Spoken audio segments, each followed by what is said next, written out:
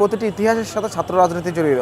৭১-এর মুক্তিযুদ্ধ ছাত্র রাজনীতির ভূমিকা অপরিসীম ছিল। আমরা আসলে শহীদ রাষ্ট্রপতি জিয়াউর রহমান, দেশনেত্রী বেগম খালেদা জিয়ার আদর্শে লালিত। ছাত্রলীগ আমার উপর হামলা করে আমাকে কোপ মেরেছে, আমার হাতে এখনো সেই দাগটাও আছে।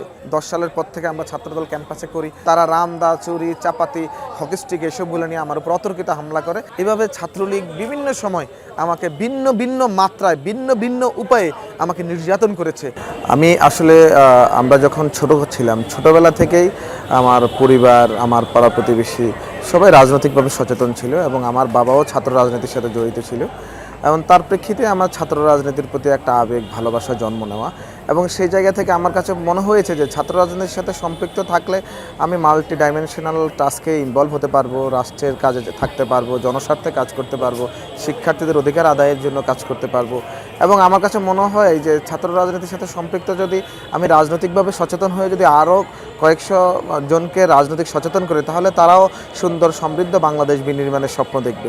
এভাবেই আমার কাছে মনে হয়েছে যে ছাত্র রাজনীতি সম্পৃক্ত হওয়াটা আমার জীবনের জন্য, আমার পাড়া আশপাশের যতজন আছে তাদের জীবনের জন্য গুরুত্বপূর্ণ, এবং আমি সেই ভেবেই ছাত্র রাজনীতিতে সম্পৃক্ত হয়েছি। এবং আমি সেটা বুঝতেও পেরেছি যে একজন ছাত্র রাজনীতি করা শিক্ষার্থী বা স্টুডেন্ট মাল্টি ডাইমেনশনাল টাস্কের সাথে জড়িত হয়, এবং আমি মনে করি তারা বহুমুখী জ্ঞানের অধিকারী হয়, এবং সেটা বিভিন্ন চর্চা হয়। আপনার এখানে জ্ঞান চর্চা হয়, সাংগঠনিক কার্যক্রম চর্চা হয়, জীবন সম্পর্কে সচেতনতা হয়ে ওঠার জন্য যে চর্চাগুলো করা হয় সেই চর্চা হয়, আদর্শিক চর্চা হয়।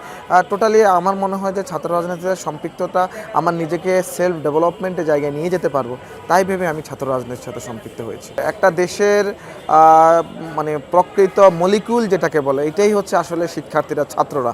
কারণ এই ছাত্ররা আগামী দিনের ভবিষ্যৎ। এখন যদি আমরা ছাত্ররা যদি বিশ্ববিদ্যালয় ক্যাম্পাসগুলোতে বা প্রতিটি কলেজ ক্যাম্পাসগুলোতে রাজনৈতিক চর্চা না করি এবং রাজনৈতিকভাবে সচেতন না হয়, তাহলে কিন্তু আমরা দেখা যাচ্ছে যে একটা নির্দিষ্ট সময় পড়াশোনা শেষ করে জবে চলে যাব, তখন আমাদের দেশকে পরিবর্তনের যে সম্ভাবনা সেটা ফুটে উঠবে না। এবং আমি মনে করি যে আমার ব্যক্তিগত মতামত বা আমি এই দীর্ঘদিন ছাত্র রাজনৈতিক চর্চায় অন্তর্ভুক্ত করে যেটা আমার পরিলক্ষিত হয়েছে, একজন ছাত্র রাজনীতি সচেতন শিক্ষার্থী বা একজন ছাত্র রাজনীতি সচেতন ব্যক্তি কিন্তু বাংলাদেশের সৃজনশীল এবং উদ্ভাবন শক্তিত ভরপুর চিন্তাগুলো করে থাকে। এবং আপনি দেখবেন প্রতিটি ইতিহাসের সাথে ছাত্র রাজনীতি জড়িত। আপনার ৫২-র ভাষা আন্দোলন থেকে শুরু করে ৬২, ৬৮, তারপরে ৬৯-এর গণ অভ্যুত্থান, ৭১-এর মুক্তিযুদ্ধ ছাত্র রাজনীতির ভূমিকা অপরিসীম ছিল। এর পরবর্তীতে ৯০-এর যখন স্বৈরাচার এরশাদ বিরোধী আন্দোলন হয়েছিল, সেখানেও কিন্তু ছাত্র রাজনীতির ছাত্র নেতৃবৃন্দই কিন্তু সামনে থেকে নেতৃত্ব দিয়েছেন। এবং সর্বশেষ যেটা আমি আপনি স্বচক্ষে দেখেছি, সেটার বিষয়ে ছাত্র জনতার গণ অভ্যুত্থানও ছাত্র রাজনীতির ভূমিকা ছিল অপরিসীম। আর ছাত্র রাজনীতি থাকার কারণেই একটা নেতৃত্ব ফুটে উঠেছে এবং পরবর্তীতে সেটাকে একটা বিস্ফোরণ ঘটিয়ে সারা বাংলাদেশের মানুষকে সচেতন করা গিয়েছে। আমি মনে করি যে ছাত্র রাজনীতির গুরুত্ব বাংলাদেশের প্রেক্ষাপটে এবং জনজীবনে এবং শিক্ষার্থীদের জীবনে খুবই ইম্পর্টেন্ট এবং খুবই ভালো ভূমিকা পালন করে। বাংলাদেশ জাতীয়তাবাদী ছাত্র দলের সাথে আমার মন, প্রাণ, ধ্যান, জ্ঞান, চর্চা সকল কিছুই সম্পৃক্ত হয়ে যায়। আমরা আসলে শহীদ রাষ্ট্রপতি জিয়াউর রহমান, দেশনেত্রী বেগম খালেদা জিয়ার আদর্শে লালিত। আমরা আমাদের পারিবারিকভাবে আশপাশের প্রতিবেশীদের কাছ থেকে এই এনভায়রনমেন্টটা পেয়ে এসেছি যে শহীদ জিয়া মানেই বাংলাদেশ।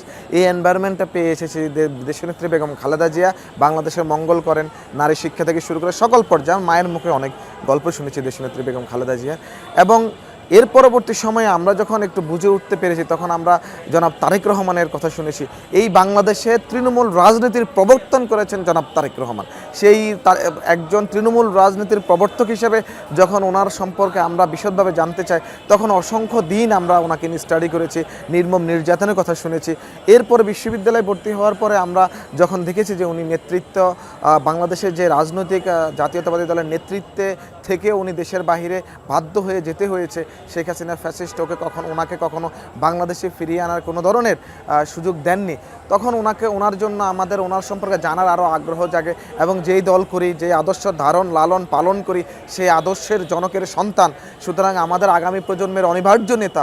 এইভাবে ওনার নির্দেশনা, ওনার সম্পর্কে জানা, এভাবে আমরা শহীদ রাষ্ট্রপতি জিয়াউর রহমান, দেশনেত্রী বেগম খালেদা জিয়া এবং আমাদের বর্তমান সাংগঠনিক অভিভাবক জনাব তারেক রহমানের সান্নিধ্যে আসার চেষ্টা এবং প্রয়াসে আমাদের রাজনীতিতে বেড়ে ওঠা।